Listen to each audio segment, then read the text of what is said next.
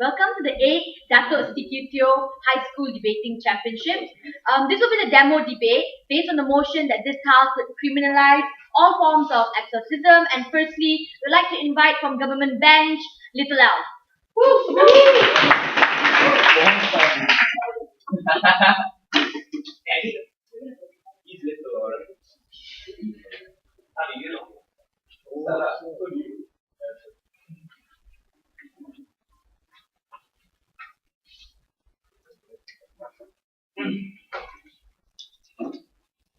We think it's time governments take sickness seriously, or more importantly, not recognize ghosts and devils as part of medication, or more importantly, as part of someone's sickness. We have to know that states are supposed to act logical and rational, and that's the side government side will be taking. The debate is very simple. This debate is in a context where we're talking about exorcism. The direct meaning would be expelling evil or devils within bodies of individuals because of sickness. But in this instance, we are talking in a context which is much larger, a context where we're looking at individuals who are sick, and the communities perceive that individual's disorder as a disorder caused by a devil possessing that particular individual. And the thing about exorcism is that there are few characteristics and steps, although it differs between religion. Number one is usually that they opt for praying or a lot of chants to try expel that certain devil within the body, or it's also that proper medical healthcare isn't really given to that individual because it's believed to disturb the process of exorcism. One of the few characteristics, something I'll tell you further on in my speech. But the problem with this act is that it denies individuals with this disorder to proper healthcare, and the state is actively endorsing it, or even if it's decriminalized and not properly legalized, is turning a blind eye on the current situation. The situation is simple. Individuals are not getting the proper healthcare they need, and this might be severe harms that will come about. I'm going to talk about two things. Number one, what is the principal justification of this criminalization? Secondly, I'm going to talk about the practical effects and why it's particularly important from government side that this motion stands. Before that, any POI. Okay. So first, what is the principal justification behind our policy? We think that we have to understand one thing, that states have a duty to always have a separation between the church, between what's tangible and what's intangible. What we mean by here is very simple. When we talk about devils or spirits and exorcism to begin with, these acts deal with the surreal and the supernatural. Things that are believed to be caused by an extraterrestrial or a surrounding nature that's not conceived within scientific definition. In this instance, when you talk about states where you're considering allowing individuals to opt for healthcare based on devils and spirits instead of sickness like schizophrenia or even psychosis, we think the problem here is that states are endorsing and acting upon the fact that it's okay and these sickness are caused by these possessions or devils. And regardless whether people believe in this, we think states should be different in this sense and always stand on the fine line to actually stand with science and not with religion. And that's the difference. But the second analysis to the principal justification is this, that there's a duty to protect individuals. Because the cases of exorcism, when you talk about majority of all cases, we can't be specific on everything. Because we think we are dealing with sickness which are very much tangible. Sickness like psychosis and sickness like schizophrenia. And when individuals or communities send their children to the priests or to many other religious individuals to actually chant these people out of that devils out of their bodies, we think the problem here is that these individuals are not getting the proper healthcare they need. And what happens after that is that the states are allowing this to happen. The states are allowing individuals to not get this form of healthcare, and that's one problem. But moreover, before that, Principally, are you going to ban religions like Jehovah's Witness and Mormonism because they principally don't allow their practitioners to get any kind of healthcare? Exactly the problem. We've seen people dying because of not being allowed blood transfusion by the Jehovah's Witnesses. We know that people like Emily Rose died because of the fact that there's exorcism and she was denied any form of medication due to her disorder and her sickness. We think this form of problem is something the states are allowing. And when you're talking about a tangible harm here, we think then religious freedom is something we can circumvent and something we can disregard. But moreover, need to consider practical effects to it. Because we think, number one, states should consider the serious harms that come about if you don't actually impose this policy. The first harm is very simple. That the idea of exorcism revolves around a lot of different acts. And certain acts might be very much harmful to the individual receiving this treatment, particularly individuals who are at a disorder and can't properly consent, and therefore they end up getting no healthcare at all. That's the best case scenario. The worst case scenario is when these acts involve a lot of dangerous activities where it's cutting off their hands or maybe even to the extreme. We think that the problem here is when there's a particular harm, and although this is not all forms of exorcism, but the fact that there's an arbitrary line to what is what is harmful and what is not, then the state should actually take a prerogative to actually ban everything. Moreover, we think that even when we talk about the practical considerations to this kind of acts, what's even worse is that what states are actually neglecting the fact that individuals are forced by their family members to go to medication which they do not want to, therefore allowing and endorsing individuals not getting their health care. Yes. Are you okay with safe exorcism then? No, we are not. Because inherently even safe exorcism denies healthcare, and it's still it's still inconsistent with our first principle, which the state is actually endorsing something surreal and something supernatural, something we think is not Religion. something the state should endorse. Yes, that's why states have a separation between church and the state. But moreover, we think that when we want to talk about stuff like the black market and stuff like when people are forced to opt for something underground, we think this stuff can be controlled, and it's more easier controlled on our policy when all forms of exorcism are banned. Because when there's an arbitrary line to allow what's safe and what's not, you allow the kind of risks that exist and something that's even worse to be solved on their side. Lastly, we think when you talk about social change, because we think there's a different side when we want to force conservative individuals or religious zealots who think that the only way to cure a sickness like psychosis and schizophrenia is to go to the priest and to get chants every day. We think the better form of the better way our policy does, the better alternative here is when this policy changes mindsets of individuals and forces individuals to the proper healthcare they need. Thus, we change societal mindset and we save the minorities here who are actually further getting harmed with their policy being enacted. Side of proposition is fighting for one single thing. They are fighting for the protection of individuals, but more importantly, we think the state should not recognize what is considered supernatural. Thank you. Was it too...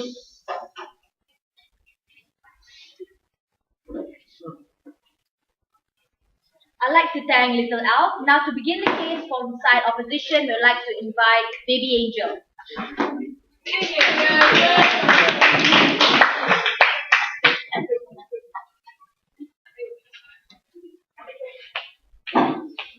Oh, yes, okay.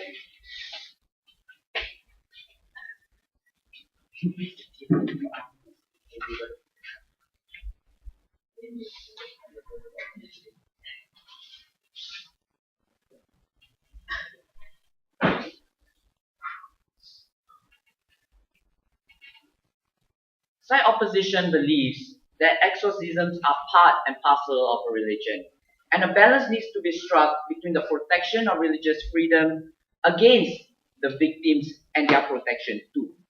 First and foremost, we believe and we believe that government's context and the way they perceive today's debate is extremely unfair. Why?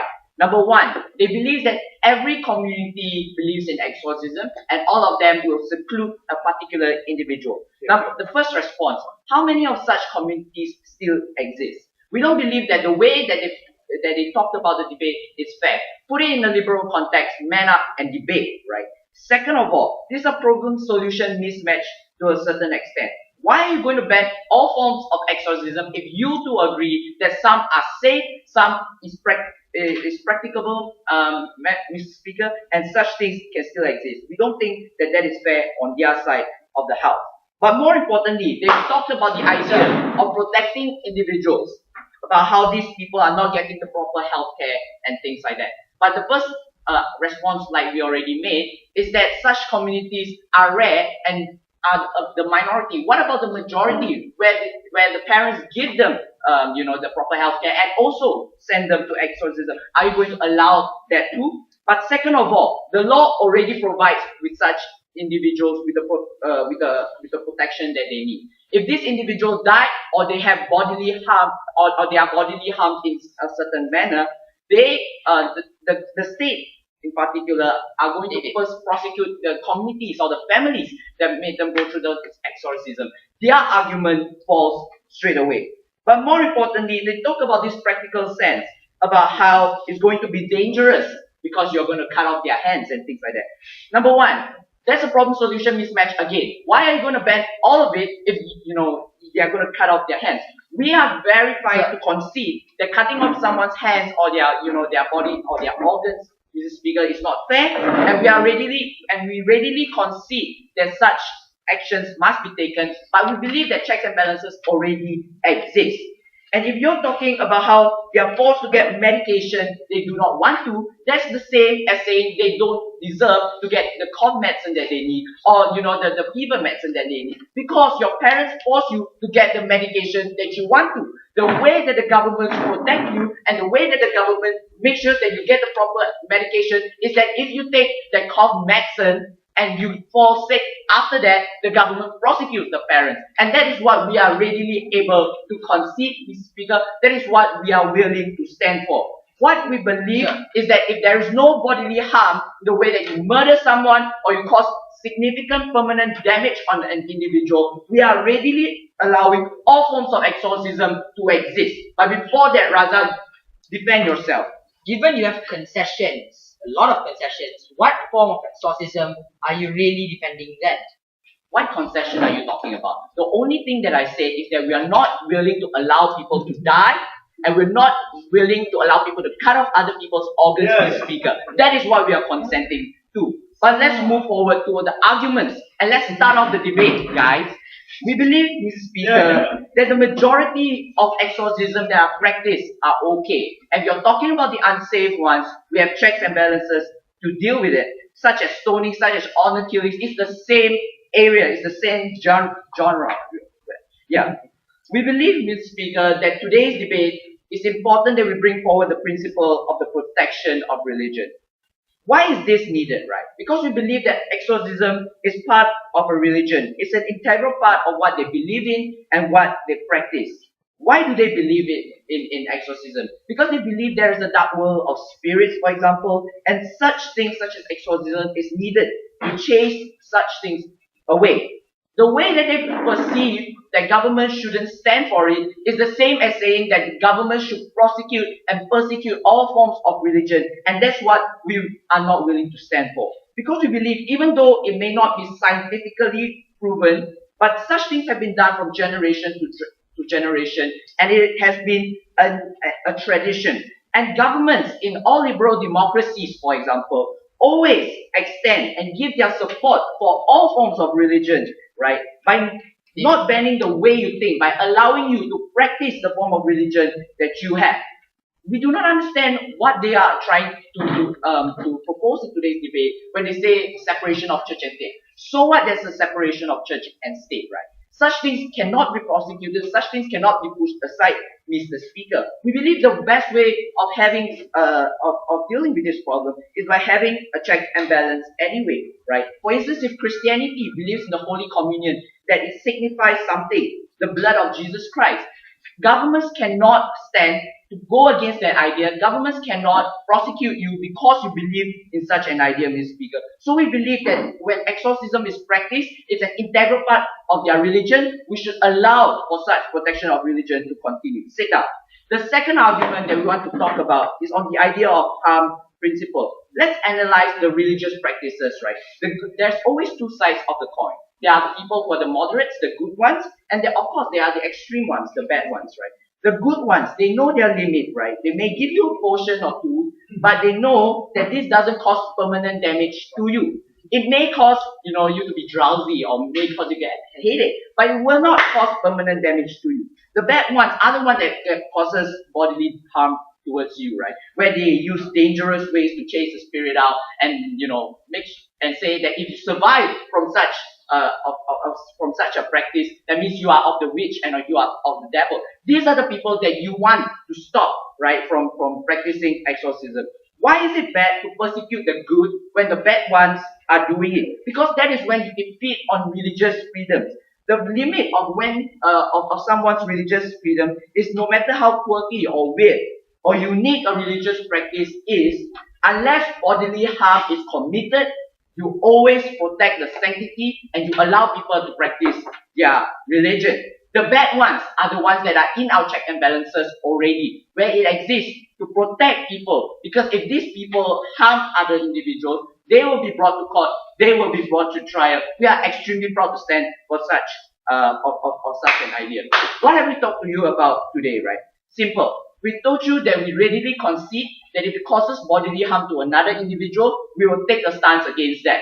But if religious freedoms are going to be impeded on this speaker, that is when we take a stance. And that is why we are so very proud to oppose.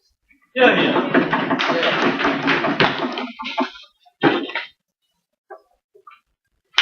We'd like to thank the speaker. Now to invite the next speaker from side government, Ping Q.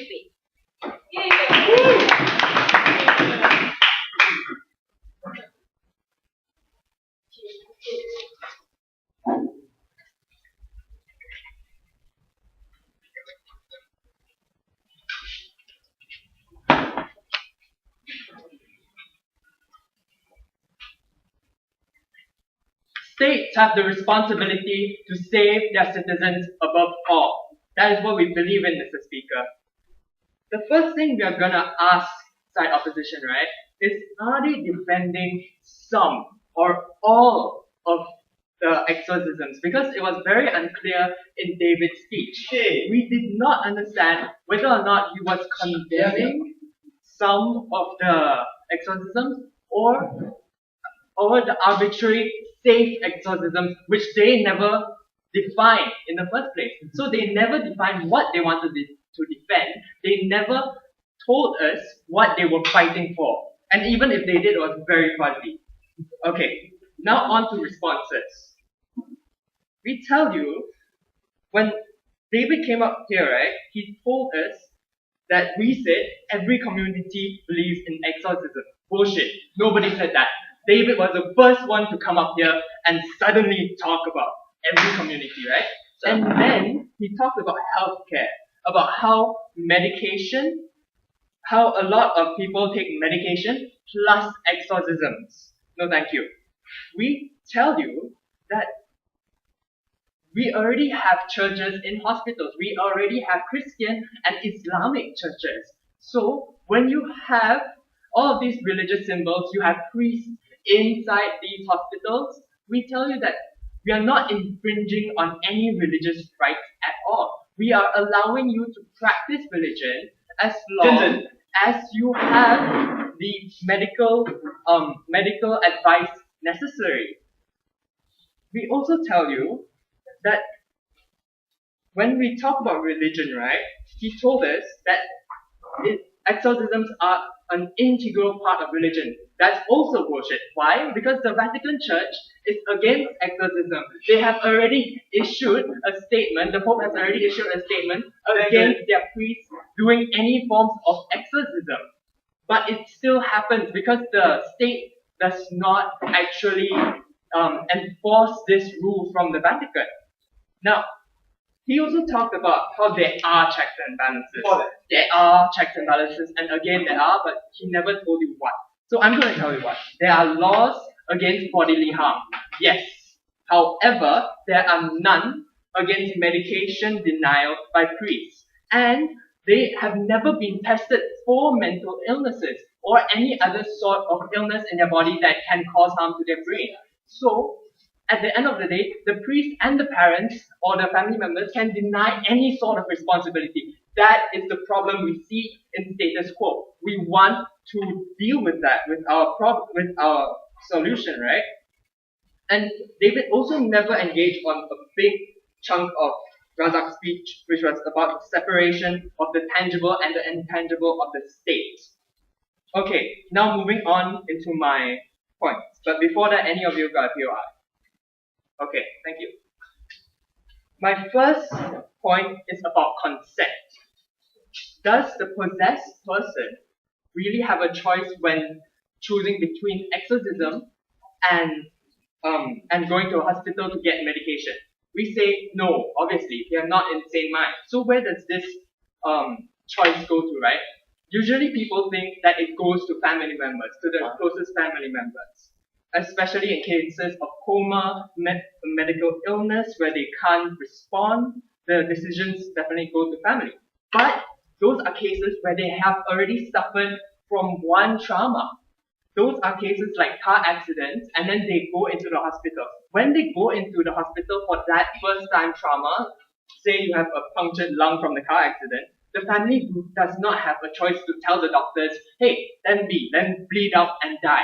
No, the doctors have to save that person. The doctors are obligated by law and by the state to save that person, regardless of what the family members say. And then only after probably twice or thrice of the person being clinically dead and then resuscitated, does the family have a say in the matter with a do not resuscitate form. Now, we say the same thing applies to exorcism. When this person is probably having a mental or physical illness that affects the brain, we tell you that the state should step in and say, no, we want this person to go to a medical hospital and check his mental state or his physical state before you deny him any medication, because that has been proven to work the most. That has been proven by the scientific community, and we've been using the proofs from the scientific community to actually base our laws and our policies on. So that is the main thing the state should do in this sense. My second point, but before that, any POIs? Really? Because I don't think I have done. Okay. My second point today will be a comparison of the best versus the worst scenario of what will happen after this policy. The best scenario is that societal perception changes. Reliance on religion will stop. Reliance on religion, on religious methods to cure diseases or to cure mental illnesses will stop. And then people will look to other ways of treatment. And they will still be able to practice their religious obligations, because we are not going to ban priests from entering hospitals or anything like that. They're still able to. And then the worst case scenario is when exorcism still goes on and people do not want to listen. However, priests will now have more pressure to stop exorcisms because they are legally liable if anything does happen to this person. And if anything does happen to that person, the family members would probably be so aggrieved that they would want a repercussion on somebody. And the priest now becomes the legal scapegoat to get sued. And then we tell you the best and the worst scenario. We say that there are still benefits in the worst case scenario, and we tell you that all forms of exorcism should be criminalized because of all the harm. Thank you.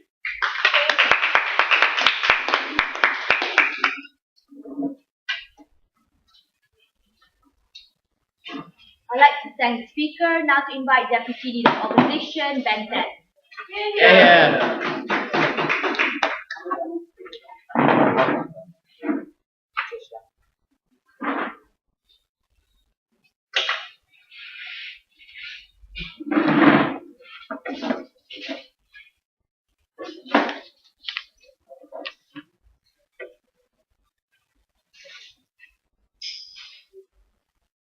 Okay, so firstly, the only bullshit I've heard all day is probably Jensen's speech. Now, first, I have 3 issues that I want to bring up, my rebuttals. And what I'm going to talk to you today is basically, I want to talk to you how this government is now giving legislation that imposing on the church, and there's a few levels of analysis on that. But firstly, let me get on to my rebuttals. Firstly, his opening line was, the state has a responsibility to protect their citizens. How do you explain Clang? You cannot. Okay, the government knows what, but they can't do anything about it. They know, okay, it's happening, but only when it becomes a big issue, they actually step in and say, okay, let's do this. And you're exposing, you're making kind of fringe things really, out in society. And I'll get on to that later. But basically, the government has a responsibility, and they do the responsibility. What is the point of being so gung ho on these things? Like, oh, exorcisms. That's like this much of people may be doing it, but we still have to ban it because it's bad, because this many people die from it. That's basically what they're harping on. Second, they never really address my second issue, but when do these exorcisms actually happen? It doesn't happen when you get injured in a car crash.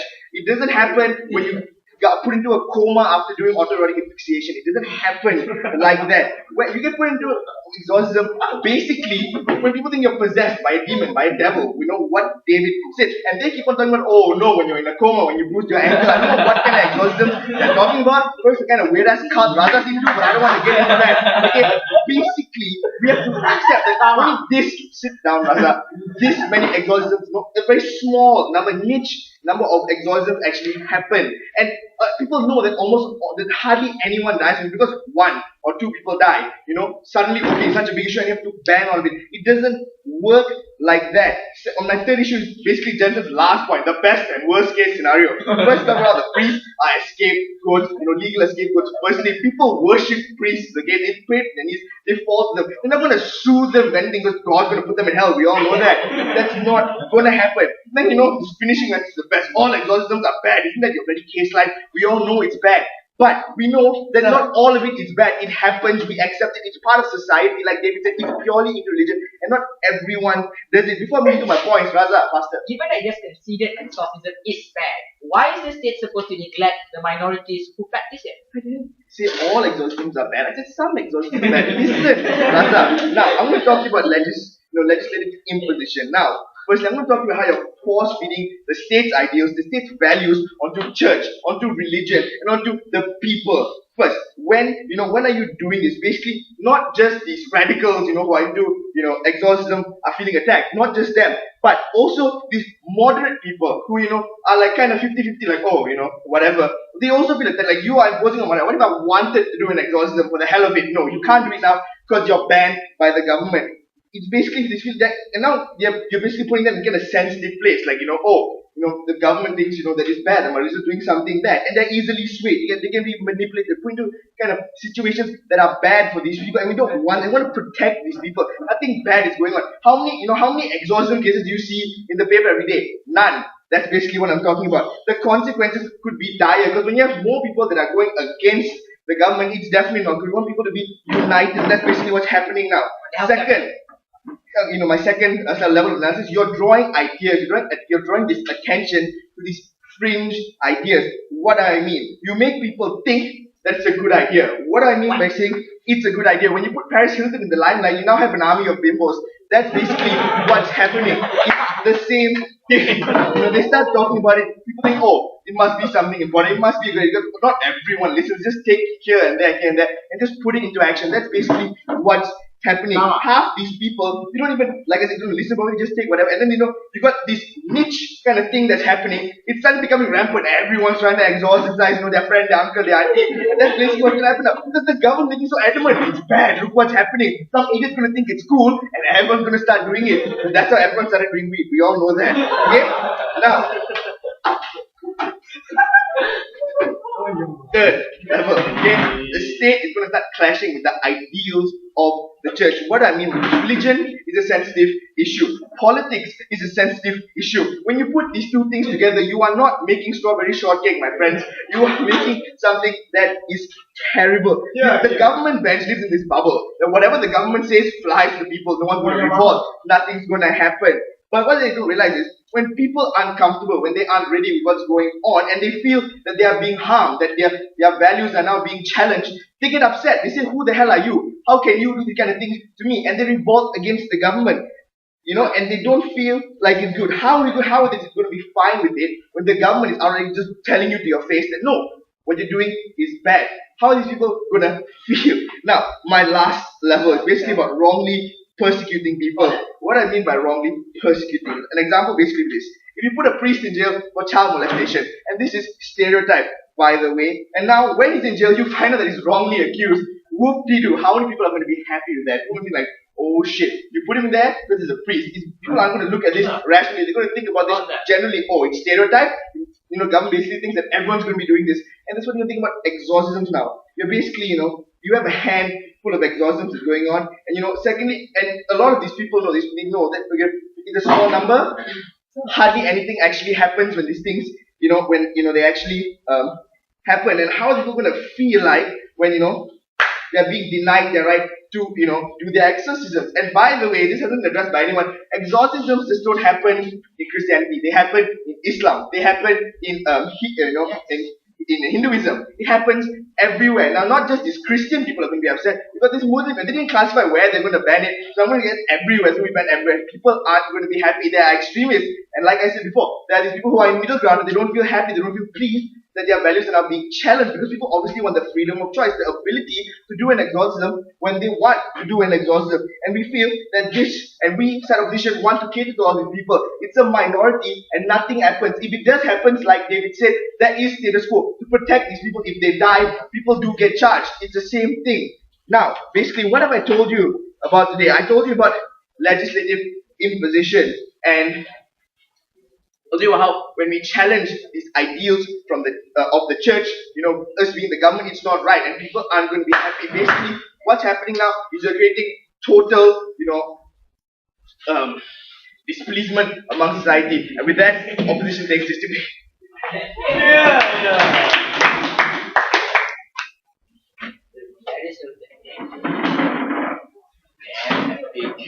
I'd like to thank the speaker before. Now to invite the government whip, Blue Ranger. Take the rain one.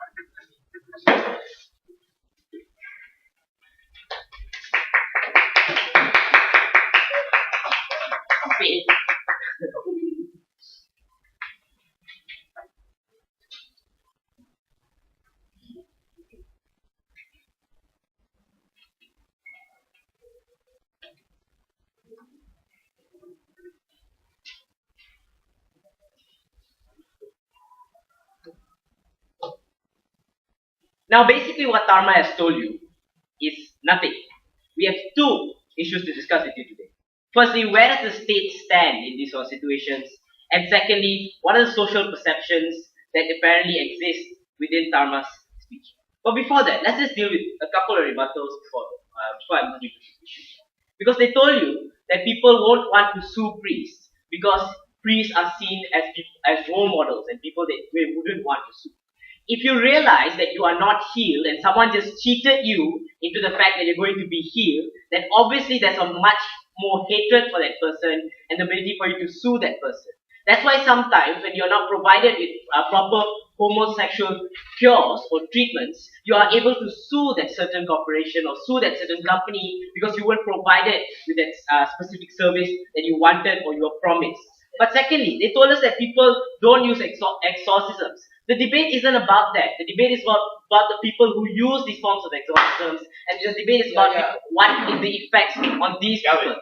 Even if there are people who die, one or two people who die, that's something to talk about. That's something that we have to take action on, ladies and gentlemen. It's not something that we should ignore like they want to talk about. But let's deal with the main issues in this debate. Firstly, where does the state stand? And secondly, what are the social perceptions? Firstly, they told us that the harm principle exists, and when there's no bodily harm, we shouldn't do anything about it, and we should continue to allow it. I have three responses to this. Firstly, we think that suffering is constantly extended. When it comes to ideas of psychosis and the ideas of schizophrenia, when these disorders are given proper treatment, like given treatment such as these exorcisms, the suffering of that person is extended, and they go on to further feel this form of placebo that they are being cured, and they feel that further amount of pain when they're going through this curing process. That's another form of suffering that they did not talk about. Sit down, Sarma. Secondly, they're not given immediate medical attention, meaning, ladies and gentlemen, there's a higher probability that they might die from these sort of psychotic disorders, right? There are things such as antipsychotic pills that currently exist within the drug market that people can provide, that surgeons that doctors can provide to these form of patients, which is something that these people will look past when it comes to when the fact that exorcisms exist. But thirdly, even if no one is harmed, we think that the separation of church and state should constantly exist as a form of consistency that the church already does, right? And we tell you that their whole argument on how the state cannot involve themselves into this sort of things does not stand at all. I'll prove to you later, furthermore, why. Secondly, on the idea of protection of religion, and before I move on, yes. You keep on talking about the separation of church and state, but what you're actually doing is clashing the ideals together. Explain yourself. Look, we are not. We are trying to separate them by trying to not provide legal access to them and making it illegal to access them in the first place, and not making it be endorsed by the state in the first place. Sure. But second idea, the protection of religion. They told us that we must continuously allow this form of freedom of religion, and we are harming this religion in some sort of way if we continue with this policy. I have three responses.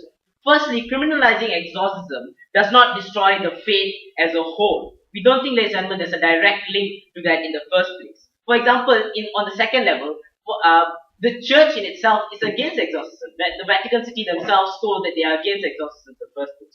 We're not going to contend with the fact that the blood of Jesus Christ is false. Because that has nothing to do with this debate. This debate is about what is when the state involves themselves in something that's actually being harmed, when people are actually being harmed in the first place. But secondly, they told us, but on second response, within the state has to draw a line. We don't allow things such as honor killings, which exist in certain religious texts. We disprove things such as inequality for women, which also exists in religious texts. Why can't we extend this to such things as exorcisms, even if they exist in religious texts, or even if they exist within religion in itself? We tell you that this can be extended, especially when we've proven to you it does provide some form of bodily harm to these people. But thirdly, even if the religion is affected at the end of the day, somehow or other, we don't really care, because we think that the people's priorities should be put first, the society's priorities should be put first, and we have people to protect instead of religion to protect. But moving on that idea, which is something that they did not deal with, because we've clearly proven to you in our principal argument on the side of science, and why science has to be put on the priority first in the government, right? And this is something that they do not deal with in David's speech or even in Dharma's speech. Second, on the idea of social perceptions, because what Dharma told you is that people will start to think that it's a good thing that exorcisms exist. I also have three responses to that. Firstly, on the idea of Paris Hilton, not everyone wants to be a bimbo just because Paris Hilton is a bimbo. Not everyone wants to be stupid because it's illogical, right? Dharma may want to be so, but we don't know. But secondly, we tell you, ladies and gentlemen, that we make it a bad thing in the first place. Whenever the government criminalizes something, we make it a bad thing. That's why deterrence exists in the first place. But on the third response is this. Raza clearly told you on how we create some form of social change within the people's mentality to not take exorcism as a form of option when it comes to dealing with these sort of things, right? When it comes to dealing with these sort of psychotic disorders or schizophrenia, which is something that they themselves did not respond to as well. But thirdly, they told us that people will now want to revolt against the government. That's nonsense. We don't think really whether people want to revolt against the government when they themselves clearly told us that the community who want to take exorcisms is extremely little. What extremely little amount of people are going to take up pitchforks and go against the government, which is something we did not hear clear analysis from, ladies and gentlemen. We've clearly told you, ladies and gentlemen, throughout all our speeches on how this actually provides some form of tangible harm to the people. When their suffering is extended through their whole lives, and sometimes when this treatment of exorcism does not work, these people a few months later or a few years later will still have to face the same problem, which is not something that is assured. We've told you on harms of that, on how we can act when people will choose to sue the priest, or people will choose to be dissatisfied and they will not choose to take other form of medical options because they think that this exorcism was the only way, and even if it fails, right? And we've clearly told you on how the state should have this form of separation between the church and between the state or between religious institutions, and take the side of science to actually protect individuals. We told you medical attention, medical resources already exist to try and protect these people through forms of antipsychotic pills. This is also something they didn't deal with. We think the motion stands.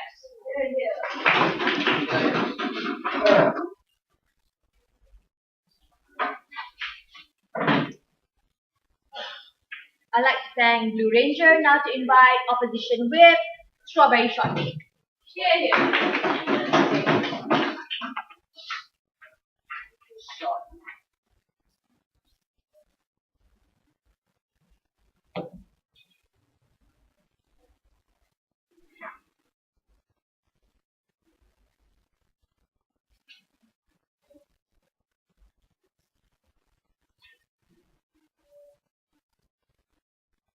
One thing side government has failed to identify in this debate and failed to acknowledge consistently are the exorcisms are religious in nature. A huge chunk of Tama's speech completely ignored from Kelvin. And that's what I'm going to be harping on a lot, Kelvin. Thanks for that mistake. So, what I'm going to be talking about in my speech, I'm going to be talking about two issues. Where is the line really drawn, and where does side government propose we draw that line, and which side really stands for religious freedom? And secondly, should we be forcing exorcisms out of society, or should we allow organic change and allow exorcisms to be organically removed from societal perception? First issue, where is the line drawn and which side stands for religious freedom really, right? I asked Razak a question. Will you now ban Jehovah's Witness and Mormonism because they are principally against blood transfusions and medical care, and that's integral to their religious practices and their religion as a whole? Because if they want to argue religious freedom and protecting religious freedom, at the same time impeding certain religions from practicing safe or not even acknowledging the spectrums of exorcism that exist, then you're also blatantly force feeding your secularist ideals on the religious community, and you're also inconsistent with your ideal principle of religious freedom, right? So we don't think it's fair for them to fight for religious freedom without any analysis on how they propose to do that anyway, right? So secondly, they say that they want to fight for logical thinking and to stay away from the supernatural. Fine, side opposition is not against that. In fact, we're all for it. But how do you best instill that logical and away from the supernatural sense into society, right? Why would you allow religions to exist anyway if all you're fighting for is being logical and also to stay away from the supernatural, right? We think that the state acknowledges, and we think that that's where the inconsistency comes in. Because if you want to protect religion and protect religious freedom, then you have to allow society some form of leniency when it comes to believing in the supernatural and believing in things that are illogical, right? But that's why, and we think that the line is drawn where what David talked about. The line is drawn where harm applies. And we don't think that side government has completely characterized where the harm actually occurs in this situation, right? Because Razak's context was this narrow, myopic view on how a community can be so secluded from the rest of society, and how this one individual can be so secluded from the views of the rest of society and suddenly be deprived of medical health care.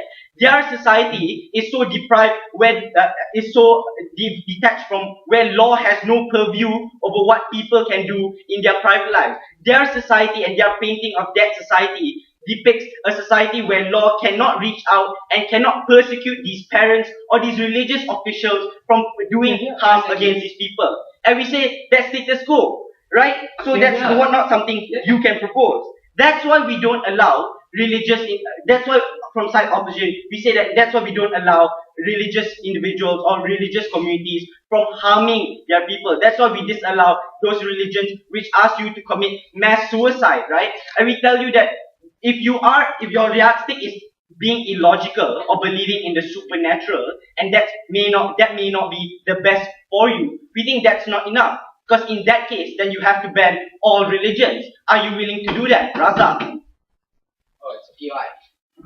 Now the idea is this, that the harm that you can't actually ban on your side is the fact that these individuals don't get healthcare because you're allowing them to practice exorcism, which means that there's beliefs where when you go for healthcare, it disturbs that activity. Yes, that's why I told you, and sorry, I'm going to tell you how if you're going to fight for society to want to give these people healthcare, and these religious communities to change their mind about their beliefs and give their kids healthcare, then you cannot force feed them the idea. Something that Dharma talked about, right? So we think that this whole idea about where the line is drawn and how they have the higher ground when it comes to drawing the line when there's harm, we think that necessarily falls under side opposition. So we think that the issue of standing for religious freedom is inconsistent inside government and they cannot take that issue. Done with that. Second issue, should we be force feeding society and forcing exorcisms out of society, right? Side opposition never advocated for exorcisms. We never said that exorcisms were a good thing and something that should replace healthcare, right? We just said that we also think that logicality and the real medicine should be something to be aspired to. But let's look at the characterization of exorcisms in this debate, right? We told you coming from side opposition, and it's something that side government agreed that these exorcisms are a fringe idea. It's something that doesn't happen in absolute across all religions, right? It's something that happens in the minority with a very minute number on that, right? Even Razak considered that certain religious communities already denounced the idea of exorcisms, like how when he said the Pope has denounced exorcisms, right?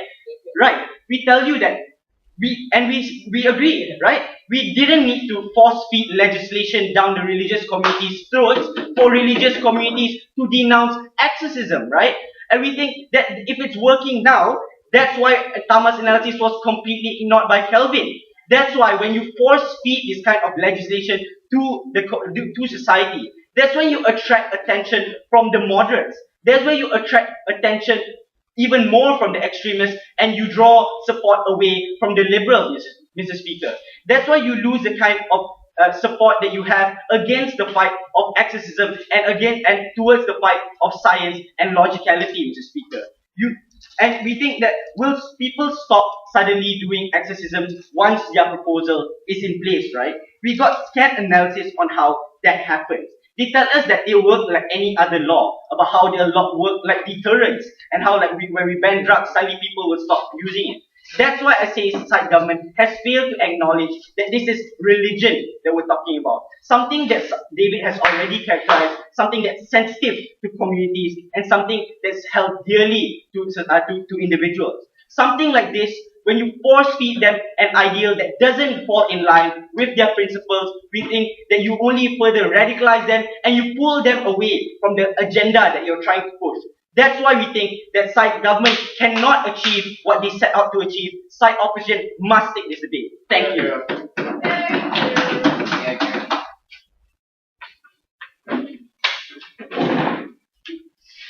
And now I would like to invite the Prime Minister, the Leader of Opposition, to end the side opposition's case with his reply speech. Thank you. Yeah.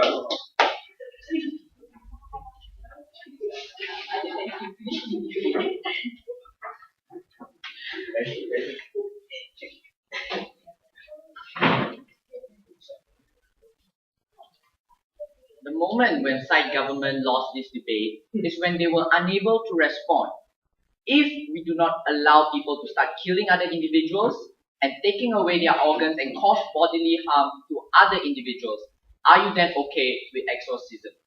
They went on and on talking about how they're not okay with it, about how governments must be morally consistent, but unable to provide us with proper analysis on why such things are important if government already give the due respect towards religion in accepting their different ideals in today's debate. There were three things and three issues that were discussed consistently from side opposition. Number one, we argued on the protection of religion. We argued to you why such things must exist, clashing with their ideas on why government need to suddenly take up science and atheism if that is the case. Secondly, we also argued to you on the idea of harm principle, about how you're actually causing the moderates, right, the one that are the good, the one that were moderate in the way to practice exorcism, away from the ability of practicing such religion. Thirdly, from Tama's speech, about how he told you about how you're force feeding states ideas on the community as a whole. Firstly, on the idea of protection of religion, it was pretty clear what we set out to achieve. We told you consistently that religion, especially exorcism, is a part of, of certain religions, and many of the religions that we talked about practice it. And if this is an integral part of what they believe in, why are you taking away their ability of practicing such religion? We are not talking about honor killings or stoning of women, right? Because if you're talking about harms, we told you consistently too that such things have checks and balances that exist to protect individuals. We tell you about how this religion itself must be protected, and this practice that is done is a personal choice and is a personal view of a matter, and we believe that governments are not supposed to step in and take charge. We also consistently told you about how governments do not need to support it, right? Governments don't need to support exorcism. They never support any particular religion. That's why that is called secularism. But we don't believe that the way that you do not support is by banning it, because that is a legal denial of what a religion represents, and that is when we draw the line. Therefore, on this argument, we consistently argue to you that protection of religion is important. We take this argument. Secondly, we also argue to you on the idea of harm principle, right? About how you're removing the ability of the good, of the ones that know their limit, from the ability of practicing this. We think that this is bad consistently because this is also an idea on how you impede on religious freedom, where it's connected with the first argument, right? We told you also on why there must be a limit, and if this limit is respected on how you do not cause bodily harm on someone else, we must respect this idea, and we must allow people to go ahead with such religious practices, Madam Speaker. Third and final idea that we talked about, which was very important and integral in today's debate, was on how states are force-feeding the ideas on communities, and how you're going to draw attention to such fringe ideas, because now their values are going to be challenged. The majority of what they believe in are going to be challenged, and they see how governments are going to take a stance against what they practice, what they believe, Mr. Speaker, and how you're going to remove the ability of someone to practice certain religious practices. We are okay if government want to take up their idea on science, but we're not okay if that means you absolutely denounce religion and stop them from practicing what they have within the given communities. What have side opposition argued to you? We argue to you on consistency, right? We constantly argue to you on why protection of religion is important, and why states should not constantly be involved in such a decision-making process. Thank you.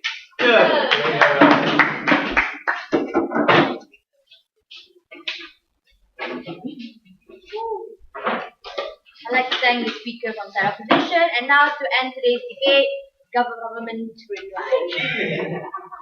I think that is a nonsense.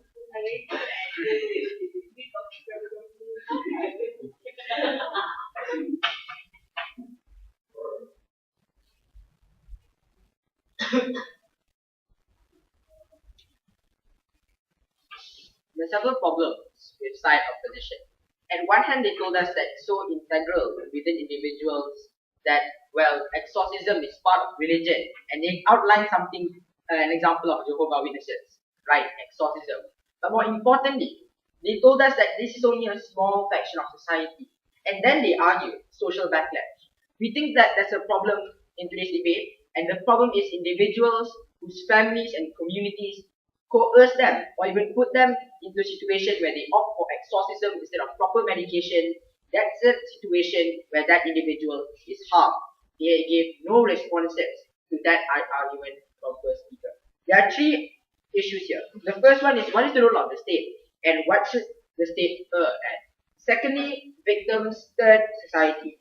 So on the first issue, their argument was very simple. They told us, well, look, there's freedom of religion, and it's something states should protect, especially when there's no bodily harm, or in that instance, David's speech. We told you from the very beginning that there are limitations to freedom of religion.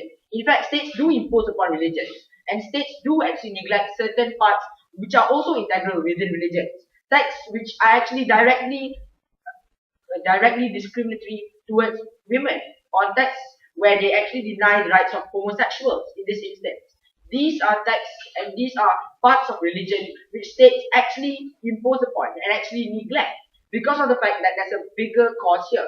But more importantly, the second argument to this is that we told you is the fact that well states should always side in the side which is tangible or science more than it is the intangible and the extraterrestrial for that matter. The thing is from their side, when they told us that states should not recognize religion at all, that's not the debate. It's when states endorse it and allow states and recognizes acts of exorcism as part of medication. That's when the state is actually being irrational. And that's something we think the states should not conform to. More importantly, the second issue on victims. They told us, look, there's check and balances to harms, therefore no problem. Number one, we told you there's an arbitrary line to what is harmful and what is not. And it makes it hard for governments to regulate in that instance. Because then there's always going to be some form of allowance and some form of disallowance, making it hard for any regulation to be imposed to begin with. But next, we told you that even in the best case scenario, where we don't involve a direct bodily harm, people like Emily Rose still die because she didn't get proper medication. That's the problem that they have to actually engage upon. But next, we also talk about consent. The very fact that these individuals are in a psychological disorder and they can't give proper consent and their communities coerce them or force them to take this option makes it a problem, and therefore we think the state should always criminalize it. Something that came out from Jensen, they didn't revive. Next, society. They talked about backlash and basically, well, people will be against this, the problem that Tama came up with. If they are going to argue a small number, then what backlash is going to really happen? But our arguments clearly say that the actual situation that will actually be created is that you're reinforcing these zealots' trust to the real scientific option and not necessarily what is surreal or what is supernatural. That's the difference on our policy. But lastly, before we end this debate, think about that individual experiencing psychosis or a serious disorder. That individual could just die because of improper medication and because of the fact that their parents and their communities were so benevolent and they end up dying just like Andy Rose. Thank you.